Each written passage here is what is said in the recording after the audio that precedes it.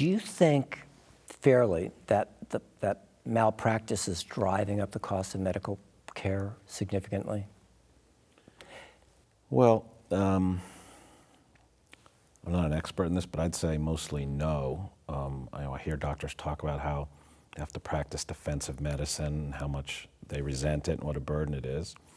I would say that in my view, in general, the presence of tort law and malpractice lawyers makes doctors a bit more careful. It makes lawyers more careful. It makes, the factory floor safer, and it makes construction safer, and it makes, when you go to Home Depot, the reason the lumber doesn't fall on your head is because of tort law. They don't want to get sued, and that's one of the two purposes of tort law. So to that extent, I guess it makes it a little more expensive, but I think that's a really good result, and I don't think it's much. I think the new machines and technologies and the big pharma are far more the drivers of the increased expense of healthcare. Everyone agrees we pay too much in this country, but I think that the medical malpractice system is a very tiny part of it. I agree with you. I know for a fact that it's been estimated to be about 5%. There's cameras rolling now, and you just said that as a doctor. I know. All right, okay, I'm just warning you. About $5 billion, I think, is paid out for claims, but the vast majority is said to be paid out for defensive medicine. Now, the whole thing of defensive medicine is really kind of nebulous, too, because of what's defensive medicine, ordering extra tests, and who benefits from that. I mean, often we do. I mean, the doctors themselves benefit. I know that's not a popular thing to say. No, they're surprising me again and again. I see a lot of unnecessary care, and maybe it's because we're being extra careful. Maybe we're worried about malpractice. It probably is, but I see a lot of unnecessary care that could reduce the cost of health care significantly. And do you think that lawyers are responsible for doctors doing the unnecessary parts? I think they're blamed for it. You what? They take the blame for it. They take the blame for it. Yeah, but do you think that's fair? Do you think that's accurate?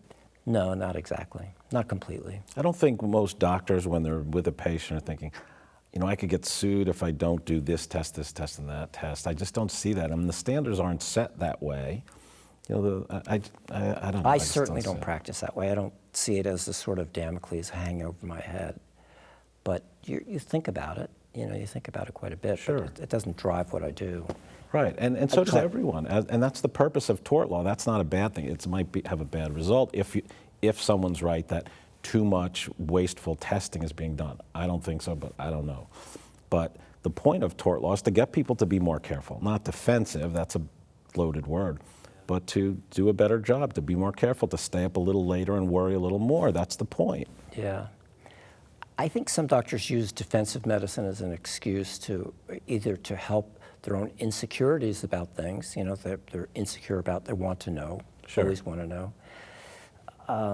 Oncology is a field that I know a lot of oncologists, and they do a lot of tests on people because they're worried about them. Their diseases change quickly, and they do a lot of tests, Maybe I don't think it's all defensive medicine. I think it's really because they worry about the patients. Right. That's my sense of the doctors that I deal with, certainly with you, is that it's a concern for the patient. And it may be that the test is only going to give you useful information a small percentage of the time, but it might be really important to know it nonetheless. That's my sense of how most doctors do it. In that regard, this is a little off topic, but sometimes doing a test that's unnecessary, medically unnecessary, will cure the disease.